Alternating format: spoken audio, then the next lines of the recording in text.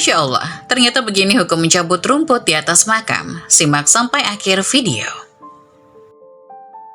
Yang subscribe semoga masuk surga. Salah satu adat atau budaya dan kebiasaan masyarakat Indonesia adalah berziarah kubur. Ketika melakukan ziarah, seseorang akan mendoakan orang yang sudah meninggal dan juga membersihkan makam. Namun tahukah Anda jika ternyata ketika berada di makam, ada salah satu hal yang perlu diketahui, yaitu mengenai hukum mencabut rumput yang ada di atas makam. Ternyata, hukum mencabut rumput atau mengambil tumbuhan hijau di atas makam itu bisa dilarang dan bisa juga diperbolehkan. Hukum yang dilarang ini merupakan hukum yang berlaku apabila seseorang tersebut sengaja mengambil atau mencabut tumbuhan yang memang digunakan untuk meringankan siksa kubur si mayit. Haram hukumnya atas siapapun untuk mengambil atau mencabut tumbuhan yang masih hijau selagi belum kering. Jika tumbuhan tersebut berjumlah banyak, maka boleh untuk mengambil atau mencabutnya untuk merapikan. Lanatul Thalibin Juz 2 halaman 120. Sobat Cahaya Islam, dahulu Rasulullah SAW pernah berada di sebuah makam dan mendengarkan tangisan mayit yang sedang disiksa oleh malaikat. Lantas Rasulullah SAW mengambil pelepah kurma hijau kemudian meletakkannya di atas makam orang tersebut. Ternyata pelepah kurma yang masih hijau dan belum kering bisa membantu untuk meringankan siksa kubur. Hal ini dikarenakan tumbuhan yang masih hijau dan belum kering selalu berzikir kepada Allah, sehingga zikir dari tanaman tersebut bisa meringankan siksa kubur. Dalam kebiasaan masyarakat, ketika ada orang yang meninggal, biasanya akan menaburkan bunga di atas makam. Sebenarnya hal ini merupakan salah satu tindakan yang sudah dicontohkan oleh Rasulullah SAW. Bunga-bunga yang masih segar tersebut tentu saja semuanya berzikir kepada Allah. Jadi menabur bunga bukan hanya sebagai pengharum atau sebagai penanda sebuah makam. Akan tetapi fungsi dari bunga atau tumbuhan yang diletakkan di atas makam sangatlah luar biasa.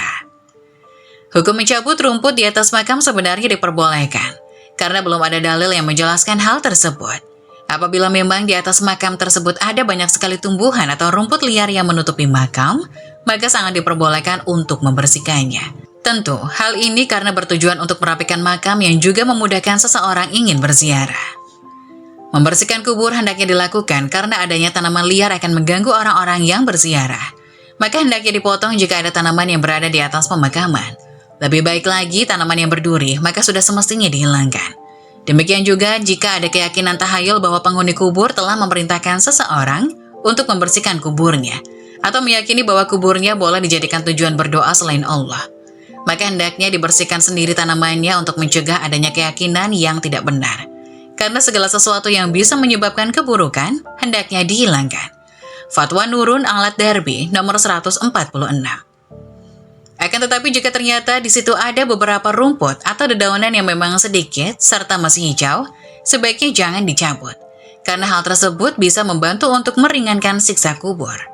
Apabila ternyata di atas makam sama sekali tidak ada tumbuhan apapun kecuali beberapa rumput saja, maka sebaiknya tidak usah dicabut. Dalam hadis dari Jabir radhiyallahu anhu, beliau berkata, Rasulullah SAW melarang kuburan diduduki, dikapur, dan dibangun. Dalam riwayat lain, beliau melarang kuburan ditinggikan. Dalam riwayat yang lain, beliau melarang kuburan ditulis. Hadis riwayat Muslim nomor 970. Sobat Cahaya Islam, memang apa yang telah dicontohkan oleh Rasulullah SAW merupakan sesuatu yang luar biasa. Masih banyak orang yang belum mengetahui jika ternyata menanam tanaman di atas makam serta menaburkan bunga di atas makam bisa membantu mengurangi siksaan si mayit.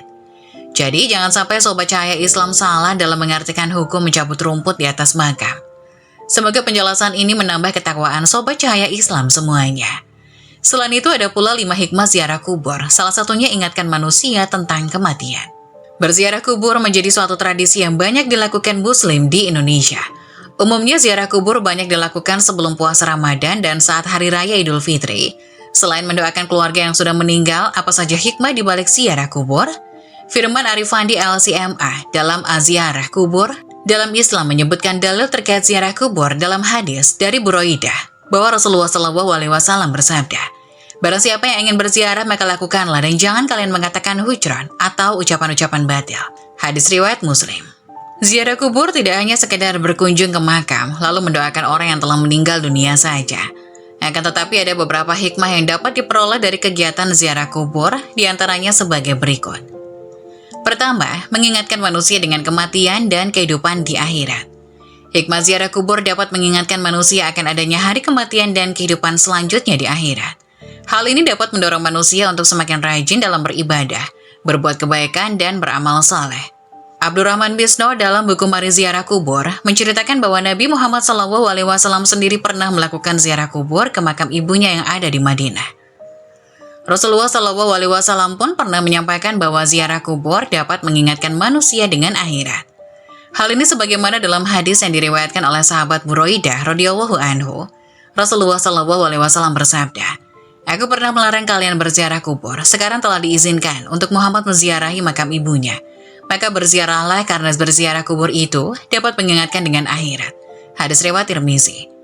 Kedua, diampuni dosanya. Salah satu hikmah dari berziarah kubur yaitu diampuni dosanya. Sebagaimana yang terdapat dalam kitab Al-Mu'jam Al-Kabir, Lit-Tabrani, Juz 19, yang artinya, Rasulullah bersabda, "Barang siapa berziarah ke makam kedua orang tuanya atau salah satunya setiap hari Jumat, maka Allah mengampuni dosa-dosanya, dan dia tercatat sebagai anak yang taat dan berbakti kepada kedua orang tuanya." Hadis riwayat Abu Hurairah. 3. Mendoakan memohonkan ampunan bagi mayat. Hikmah dari berziarah kubur juga dapat memohonkan ampunan bagi orang yang telah meninggal dunia dan melampangkan kuburnya. Sebab doa-doa yang dipanjatkan dapat dirasakan oleh orang yang telah meninggal. Hal ini seperti sabda Rasulullah SAW pada hadis yang diriwayatkan oleh Ad-Dailami, yang artinya, seorang mayat dalam kuburnya seperti orang tenggelam yang sedang memohon pertolongan. Ia menanti-nanti doa ayah, ibu, anak, dan kawan terpercayanya. Apabila doa itu sampai kepadanya, maka itu lebih disukai daripada dunia dan seisinya. Dan sesungguhnya Allah menyampaikan doa penghuni dunia untuk ahli kubur sebesar gunung. Adapun hadiah orang-orang yang hidup kepada orang-orang mati ialah memohon istighfar kepada Allah Subhanahu wa Ta'ala untuk mereka dan bersedekah atas nama mereka. Hadis riwayat Ad-Dailami. 4. Menyadarkan manusia sebagai makhluk yang lemah. Dikutip dari buku Fikih Madrasah Sanawiyah yang ditulis oleh Mahnunah Anizulfa MPDI dan Cynthia Tulusiawati, berziarah kubur dapat memberikan kesadaran bagi manusia bahwa dirinya adalah makhluk yang lemah. Sekuat-kuatnya ataupun sebesar-besarnya kekuasaan mereka, ia tetap sangat lemah di hadapan Allah karena hakikatnya manusia memang diciptakan dalam keadaan lemah. Hal ini sebagaimana dalam Al-Quran Surah An-Nisa ayat 28. Yang artinya, Allah hendak memberikan keringanan kepadamu karena manusia diciptakan dalam keadaan lemah. Quran Surat An-Nisa ayat 28. Kelima, menghindarkan diri dari cinta dunia yang berlebihan. Berziarah kubur dapat menghindarkan manusia dari cinta dunia yang berlebihan. Hakikatnya kehidupan di dunia hanyalah bersifat sementara. Dengan berziarah kubur akan menjadikan manusia sadar akan kemewahan dunia yang akan hilang pada masanya. Sesungguhnya kehidupan yang kekal abadi hanyalah kehidupan akhirat. Kenikmatan yang dirasakan manusia di dunia pasti akan ditanyai di akhirat kelak. Hal ini sebagaimana disebutkan dalam surat At-Takasur ayat 8, yang artinya, kemudian kamu pasti akan ditanyai pada hari itu tentang kenikmatan yang kamu megah-megahkan di dunia. Quran Surat At-Takasur ayat 8. Semoga penjelasan tadi dapat menambah hikmah dan manfaat untuk penonton semuanya. Jangan lupa like, share, komen, subscribe channel ini agar tidak ketinggalan info-info menarik selanjutnya. Sekian dari kami, terima kasih. Wassalamualaikum warahmatullahi wabarakatuh.